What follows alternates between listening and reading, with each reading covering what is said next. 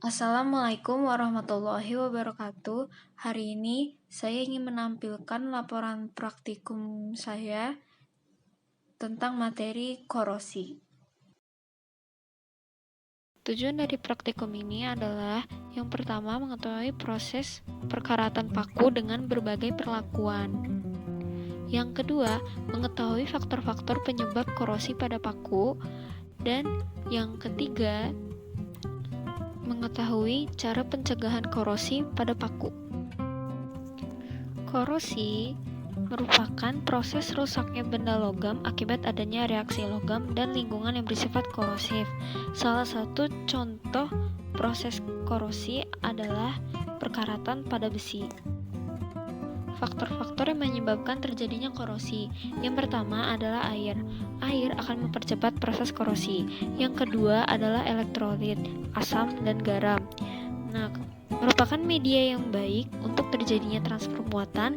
Akibatnya, elektron lebih mudah diikat oleh O2 di udara yang menyebabkan korosi.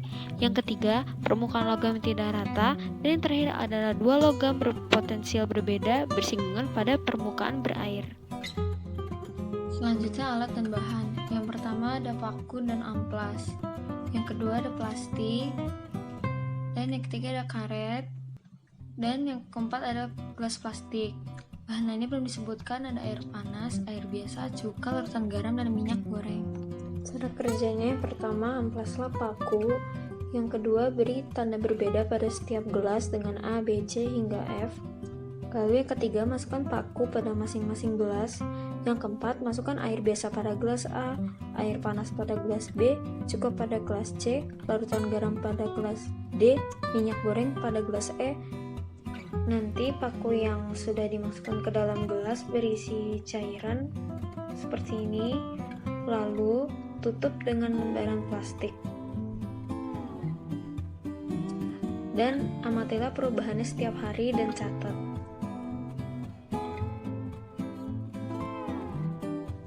Paku yang dimasukkan ke dalam air biasa sudah mulai berkarat.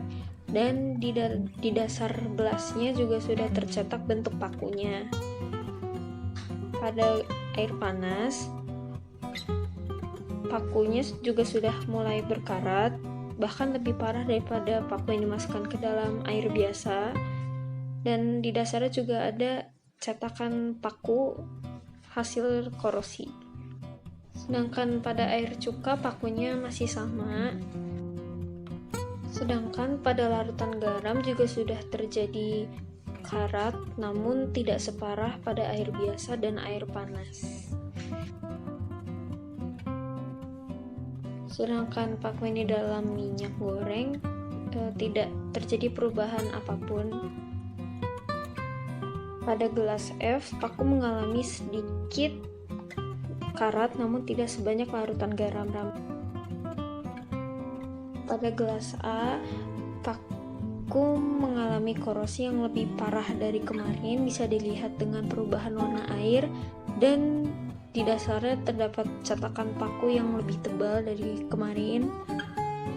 Pada gelas B juga terjadi korosi yang lebih parah dari hari sebelumnya, dan bahkan lebih parah daripada gelas A, dan terjadi perubahan warna pada paku yang sangat jelas.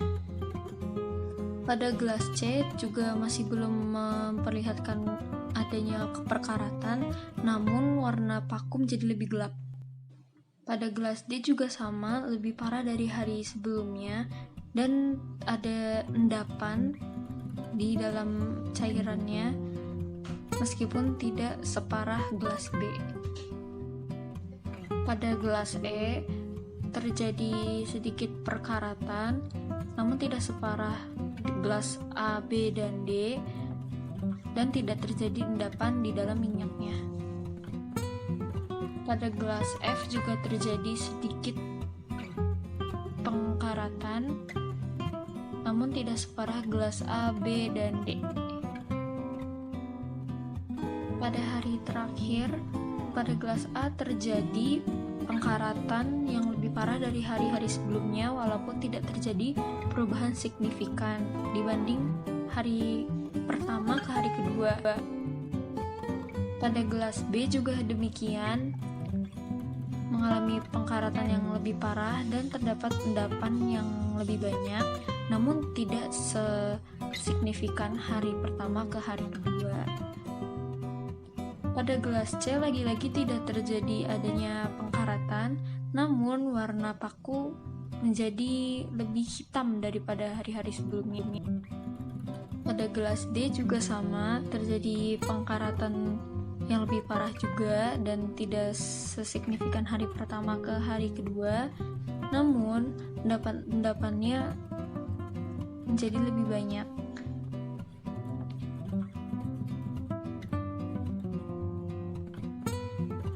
Pada paku di gelas E terjadi perubahan sedikit, pengkaratan, tidak sebanyak gelas A, B, dan D.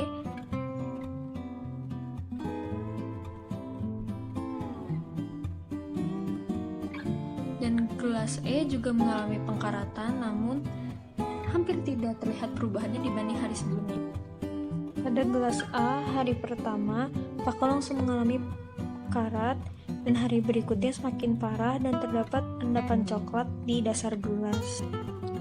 Dan pada gelas B, hari pertama juga langsung mengalami karatan yang lebih parah daripada gelas A. Hari berikutnya semakin parah dan ada endapan coklat di dasar gelas. Pada gelas C, hari pertama tidak terjadi perubahan apapun dan ada gelembung pada cairannya. Hari berikutnya warna paku menjadi lebih gelap dan semakin hitam di hari terakhir. Pada gelas D, pada hari pertama juga langsung mengalami karat yang tidak separah gelas A dan B. Semakin hari semakin parah dan terdapat endapan di cairannya, bukan di dasar gelasnya. Pada gelas E, hari pertama paku tidak mengalami perubahan apapun, namun pada hari berikutnya terjadi tanda-tanda karatan, namun tidak separah gelas A, B, dan D. Pada gelas F, hari pertama langsung mengalami karatan, namun tidak separah gelas A, B, dan D. Semakin lama semakin parah, namun tidak terlalu signifikan di setiap harinya. Jadi kesimpulannya, paku lebih mudah berkarat bila dimasukkan ke dalam air. Hal ini terjadi karena besi mengalami kontak dengan air, maka terjadi reaksi korosi. Fe sebagai anoda dan O2 dalam air melakukan oksidasi pada logam besi hingga membentuk ion Fe2+. Kemudian elektron bergerak ke permukaan besi yang bertindak sebagai katoda yang mereduksi O2 pada besi. Hasil reaksi yang dihasilkan adalah besi 3 oksida monohidrat yang berwarna merah atau karat. Kesimpulan lainnya adalah besi yang berkontak dengan minyak paling sulit bereaksi korosi atau berkarat. Hal ini terjadi karena minyak tidak mengandung banyak O2 yang menyebabkan korosi. Demikian laporan praktikum dari saya. Mohon maaf bila ada kekurangan. Wassalamualaikum warahmatullahi wabarakatuh.